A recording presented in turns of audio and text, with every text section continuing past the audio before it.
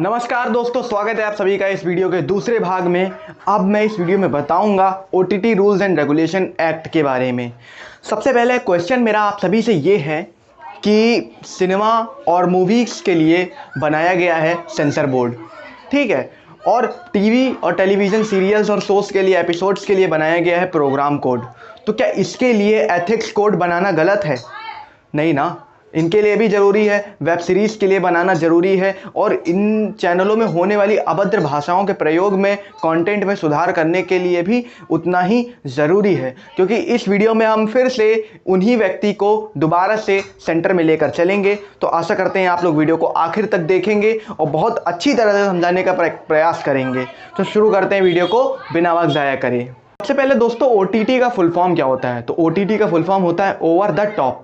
तो ये एक प्लेटफॉर्म है जिसके अंदर में क्या आता है, नेटफ्लिक्स आता है, अमेजॉन आता है, एमएक्स प्लेयर आता है, और जैसे कि सोनी लिव है, और बड़े बड़े जो जिनमें आप शोज़ देखते हैं, वेब सीरीज़ देखते हैं, वो सारे प्लेटफॉर्म इनके अंतर्गत आते हैं। तो दोस्तों इसके बॉडी समझ लेते हैं, इस एथिक्स कोड की बॉडी समझना बहुत ज़्यादा ज़रूरी है।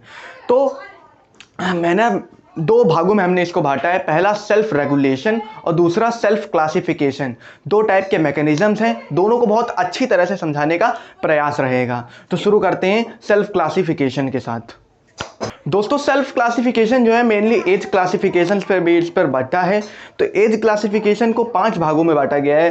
पहले यू में बांटा गया जिसको यूनिवर्सल बोलते हैं, यूए 7+, यूए 13+, यूए 16+, और यूए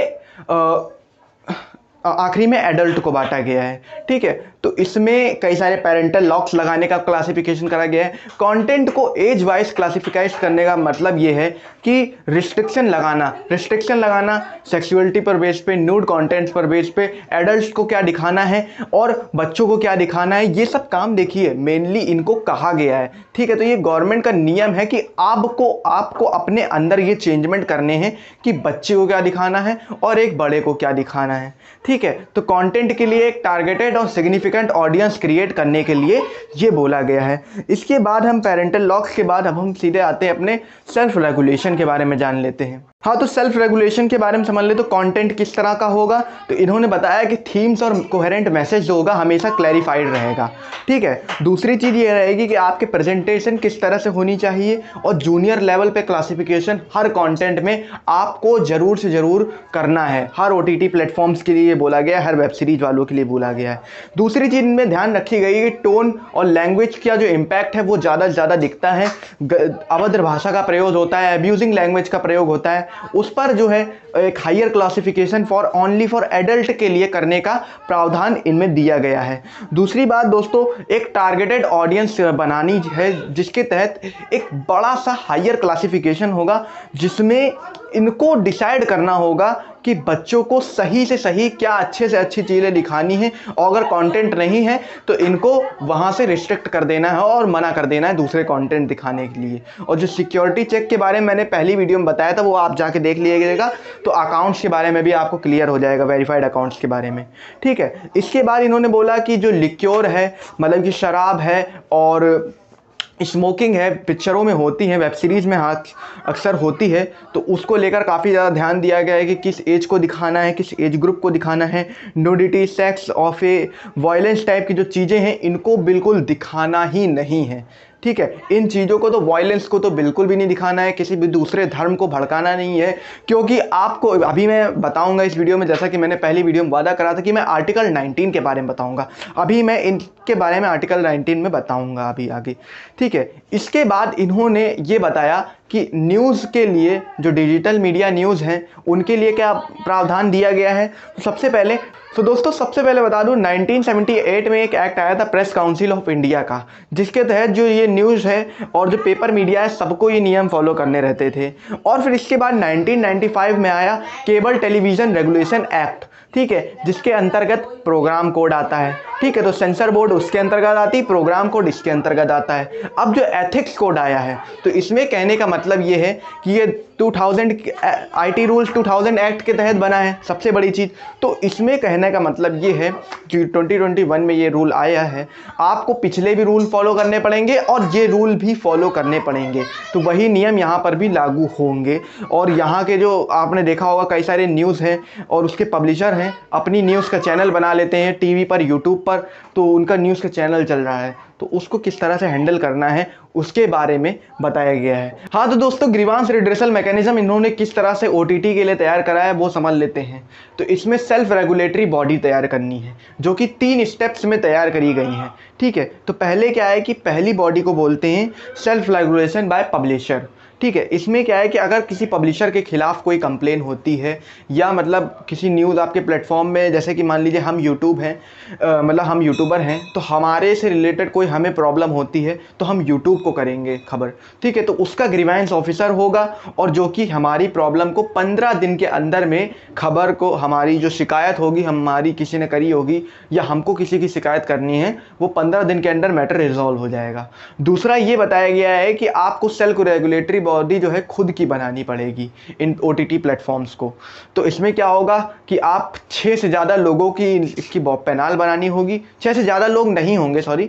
तो इसमें क्या होगा, आप रिटायर्ड जज को रख सकते हैं सुप्रीम कोर्ट या हाई कोर्ट के, और दूसरा कोई इंडिपेंडेंट जो प्रसिद्ध व्यक्ति हैं उनको रखा जा सकता है, ऐसा इनमें कहा गया है। लेकिन जिसको भी आप अपनी पैनल में रखेंगे उसके बारे में आपको ministry of information and broadcasting को रिपोर्ट करनी होगी कि हमने अपने अकाउंट में या अपने प्लेटफॉर्म पर इन्हें नियुक्त करा है।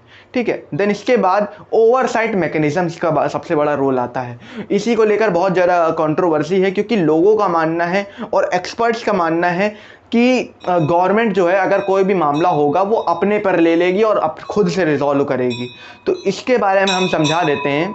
तो गवर्नमेंट ने अपना खुद का एक ओवरसाइट मैकेनिज्म में तैयार करा है, खुद की रेगुलेटरी बॉडी तैयार करी है, जिसके अंतर्गत ये खुद की इंटर डिपार्टमेंटल कमेटी तैयार करके किसी ग्रीवेंस की ऑफिसर की मदद से या उनकी खबर को सुन के, कंप्लेन को सुन के इनका निस्तारण कर सकते हैं। तो मतलब कि जैसे आप देखते हैं लोअर कोर्ट होती है, फिर हायर कोर्ट होती है, फिर सुप्रीम कोर्ट होती है, इसी तरह से ये भी है कि अगर आपकी किसी की खबर नहीं सुनी जा रही है और अगर ग्रीवेंस ऑफिसर आपके नहीं सुलझा पा रहे हैं, तो ये मिनिस्ट्री ऑफ ब्रॉडकास्टिंग जो है आपका पूरी मामला जो है, कंप्लेंट जो है सुलझाएंगे और आपकी मदद करेंगे।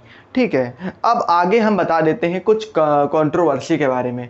तो दोस्तों, कंट्रोवर्सी यहाँ सबसे बड़ी ये होती है कि जब ये रूल बन रहा था, तो जब ये रूल बन गया तो बताया जाता है कि इसको पब्लिकली कमेंटेड के लिए ऑप्शन खोल दिया गया। तो जिस वक्त खोला गया तो कहा जाता है कि जब ministry of information and broadcasting ने खोला तो करीब 171 कमेंट्स आए, और केवल सोचिए 171 कमेंट्स आए। इसमें हमारी भी गलती है, आप सबकी भी गलती है, और ये भी बोलेंगे कि पब्लिक को भी अवेयर नहीं करा गया। और दूसरी चीज़ ये है कि अगर कोई चीज़ नहीं हो रही थी या कोई चीज़ नहीं आने वाली थी तो लोगों को बताया नहीं गया। ठीक है, अनअवेयर और अवेयर होना दोनों फैक्टर यहाँ पे आ जाता है। दूसरी चीज़ यहाँ पर दोस्तों ये आती है कि 171 कमेंट्स में 80 कमेंट्स जो थे इनके काउंटर कमेंट्स थे, और बाकी कमेंट्स जो थे अच्छे पॉजिटिव रिस्पांस में थे। सोचिए अगर इंडिया में अगर 50-50 करोड़ यूज़र एक एक प्लेटफॉर्म पे हैं, 40 करोड़ हैं, तो इतने करोड़ों में अगर सिर्फ 171 करोड़ कमेंट्स आते हैं, 171 कमेंट्स आते हैं, तो कितना ज़्यादा निंदनीय है। लोगों की तरफ से भी रिस्पांस नहीं मिला और ये आईटी रूल्स लागू हो गए। ठीक है, तो आर्टिकल 19 क्या कहता है? All the citizen have to have number 1 to freedom of speech and expression, बोलने की आज़ादी है, कुछ भी बोल सकते हैं। दूसरी चीज़ क्या है कि to assemble peaceable and without arm, मतलब कि संगठन का निर्माण कर सकता है, संघ का आंदोलन कर सकता है, शांतिपूर्ण कर सकते हैं।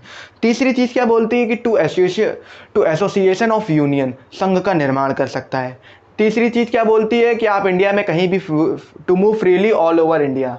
चौथी चीज़ क्या बोलती है? To reside and settle down all over India, India में कहीं भी रह सकते हैं और कहीं भी जा सकते हैं। पांचवी चीज़ क्या बोलती है यहाँ पे कि आप to trade anywhere in India, ठीक है, इंडिया में कहीं पर भी व्यापार कर सकते हैं। तो बोलने की आज़ादी है, शांतिपूर्ण आंदोलन करने की आज़ादी है, संघ बनाने की आज़ादी है, और कहीं भी रहने की, रुकने की और जाने की और व्यापार करने की आज़ादी है। तो ये तो हमारा आर्टिकल 19 बोलता है। लेकिन बोलने की आज़ादी के चलते ओटीटी मीडिया प्लेटफॉर्म जो है बहुत सारे फ़ायदे उठा रहे थे, ठीक है, एब्यूजिंग लैंग्वेज का फ़र्क दिखा रहे थे और बहुत सी धार्मिक भावनाओं को ठेस पहुंचाने का काम कर रहे थे, और तो और गलत से गलत काम करने का प्रयास कर रहे थे। देखिए, बोलना गलत नहीं है, लेकिन आपका एक्सप्रेशन मतलब क्या है, अपने विचार विमर्श करना, लेकिन इंटरफेयर करना ये बहुत ज़्यादा गलत होता है, ठीक है। विभेद करना, खंडन करना, ये चीज़ गलत है। आप अपनी राय दे सकते हैं, अपने एक्सप्रेशन दे सकते हैं, अपने वैल्यूज़ दे सकते हैं, अपने नॉर्म्स दे सकते हैं, लेकिन किसी की बात को टोक नहीं सकते, रोक नहीं सकते, ठीक है। अब 19A क्या कहता है ये सुन लेते हैं हम लोग। If the person violate and affect the law and imposes the law of reasonable restriction like and affect the sovereignty and integrity of India, security of India, state of India, defense of India, friendly relation with foreign countries of India, and morality, religion, and to defamation of any person and court की अवमानना करना, इन सारे कामों को अगर आप करेंगे तो यहाँ पर आर्टिकल 19 लागू नहीं होगा। अगर आप कोई ऐसा काम करते हैं, ऐसी किसी बातों के बारे में बोलते जो हमारे देश की एकता और अखंडता को तोड़ता है, तो आपको जेल हो सकती है, ठीक है। तो यहाँ पर आर्टिकल 19 फॉलो नहीं होता है। तो लोग जो हैं इसको अब सही से इस्तेमाल करेंगे, क्योंकि इसका आईटी रूल में बहुत ही ध्यान रख के प्रयोग करा गया है, यूज़ करा गया है। तो दोस्तों, अब हम जान लेते हैं प्रेजेंट टाइम में, आज के वक्त में कंडीशन क्या है, इस एक्ट के आने के बाद क्या बदला, क्योंकि 3 महीने बाद जैसा कि कहा गया था कि ये एक्ट रूल्स लागू हो जाएंगे, तो अब ये रूल्स लागू हो चुके हैं। हाँ, तो दोस्तों अब जान लेते हैं प्रेजेंट टाइम में क्या कंडीशन है। अभी कुछ खबरें आई थी हाल की जो काफ़ी ज़्यादा ट्रेंड करी, वो बता देते हैं।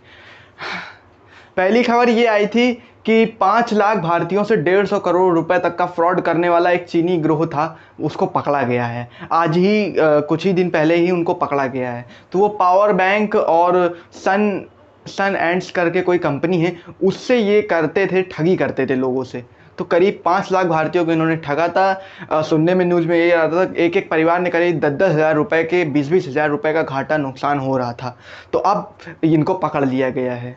दूसरी खबर सुनते हैं। इंस्टाग्राम पर भगवान शिव के वाइन के गिलास का फ़ोटो दिखा, जिसके चलते FIR दर्ज हो चुकी है, ठीक है। कितनी जल्दी एक्शन हो रहा है। और सुनिए एक, खैर ये तो बाहर है, भारत के बाहर की खबर है, सुनते हैं हम लोग। आईफोन में के टेक्नीशियनों ने महिला के न्यूड फोटोज़ वायरल कर दिए थे, जिसके चलते एप्पल को $50 लाख का भुगतान देना पड़ा। तो ये जुर्माने देने पड़े। तो ये आप देख सकते हैं कि कितना ज़्यादा सख्त एक्शन हो चुका है। और अब हम बता देते हैं प्रेजेंट टाइम के बारे में कि व्हाट्सएप ने अपना ग्रीवेंस ऑफिसर किसको नियुक्त करा। अच्छा, आप लोग हाल ही में सुन रहे होंगे कि व्हाट्सएप ने हाई कोर्ट में सरकार के खिलाफ अपील कर दिया था और ये कहा था कि PIL में ये बोला था कि सरकार जो है लोगों की प्राइवेसी का हनन करने का प्रयास कर रही है। जी हाँ, बिकॉज व्हाट्सएप में ये है कि end to end encryption policy है, और सरकार कह रही है कि end to end encryption policy आपको तोड़ना पड़ेगा। और ये end to end encryption policy ये कहती है कि किसी दूसरे के बीच का तीसरा आदमी उस मैसेज को पढ़ नहीं सकता, किन्हीं 2 लोगों की बातों को। इसीलिए व्हाट्सएप की यही खूबी है और इसीलिए व्हाट्सएप को जाना जाता है, ठीक। तो अब व्हाट्सएप ने इन सब के मामले के बीच में, और अब आखिर में व्हाट्सएप को इन नियम को तोड़कर, अपने नियमों को तोड़कर सरकार की बात माननी पड़ी, और परेश बी लाल अपने ग्रीवेंस ऑफिसर के रूप में इन्होंने नियुक्त करा। इसी के बाद फेसबुक ने भी स्फूर्ति प्रिया नाम की ग्रीवेंस ऑफिसर को नियुक्त करा। दोस्तों बता दूं कि जो परेश लाल हैं, उनका तेलंगाना की बंजारा हिल्स में इसका हेड ऑफिस बनाया गया है, ठीक है। ऐसे ही बेंगलोर में बनाया गया है ग्रीवेंस ऑफिसर कई सारे प्लेटफॉर्म्स का, ठीक है। मुंबई में बने हैं, दिल्ली में कई सारे ग्रीवेंस ऑफिसर के प्लेटफॉर्म्स के बने हैं, ठीक है। और ट्विटर के लिए भी बहुत ज़्यादा कंट्रोवर्सी सुनने में आ रही थी। फॉर एग्जांपल, जैसे कि हम बताते हैं कि ट्विटर में ये बोला गया था कि ट्विटर बहुत सारे लोगों के अकाउंट से ब्लू टिक हटा रहे हैं, बहुत सारे नेताओं के अकाउंट से ब्लू टिक हटा रहे हैं। तो ट्विटर को भी काफ़ी ज़्यादा गवर्नमेंट फोर्स कर रही थी, तो ट्विटर को भी अब नियम मानना पड़ा। और काफ़ी समय बाद हाल ही में ट्विटर ने भी अपना एक कुछ वक्त के लिए ग्रीवेंस ऑफिसर टेम्प्रेरी रूप में नियुक्त करा है। तो आप सभी को ये नियम मानने पड़ रहे हैं, बिकॉज देखिए end to end encryption policy तोड़ना हम मानते हैं बहुत ही ज़्यादा गलत है, क्योंकि इससे हमारी प्राइवेसी पे खतरा होता है। पर देखिए अगर जो तीसरा इंसान अगर उसको पढ़ेगा तो उसी के लिए तो ये बनाया गया है, ये पूरा कंप्लेन का सिस्टम बनाया गया है, पूरी नज़र रखने के लिए टेक्नोलॉजी इतनी बड़ी बनाई गई है उस तीसरे इंसान को ढूंढने के लिए जो ये गलत काम करता है। तो इतना बड़ा मैकेनिज्म गवर्नमेंट ने इसीलिए तैयार करके रखा है, प्राइवेसी के लोगों की प्राइवेसी को इंश्योर करने के लिए। हमने कहा था कि सोशल मीडिया इंटरमीडिएट्स का नियम नंबर 3 यही था कि लोगों की ऑनलाइन सेफ्टी के बारे में और वुमेन्स की डिग्निटी के बारे में आपको इंश्योर करना पड़ेगा, ठीक है। तो प्राइवेसी हम जानते हैं, तो इसीलिए ये कंप्लेन का सिस्टम बनाया गया है और उस इंसान को आसानी से पकड़ा जा सके, इसलिए गवर्नमेंट ने end to end encryption policy WhatsApp से तोड़ने के लिए कहा। तो दोस्तों यहाँ पर अब ये वीडियो ख़त्म होती है, पार्ट 2 यहाँ पर इसका समाप्त होता है। आपको कैसी लगी वीडियो प्लीज़ ज़रूर बताइए। और हमारी किसी से भी दुश्मनी नहीं है, हम विनम्रता से सामने वाले को समझाना चाहते हैं, क्योंकि उन्होंने जितनी भी इन्फॉर्मेशन दी वो पब्लिक को कंफ्यूज करने का प्रयास कर रहे थे, ठीक है। और उन्होंने सही इन्फॉर्मेशन, ये नहीं बोलूँगा कि सही इन्फॉर्मेशन नहीं दी, पर उन्होंने फुल इन्फॉर्मेशन देने का प्रयास नहीं करा और उन्होंने सिर्फ उतनी ही बातें बताई जो सिर्फ कॉन्ट्रोवर्शियल थी, जिसमें मसाला था। तो विनम्रता के साथ नमस्ते, धन्यवाद और जय हिंद, जय भारत।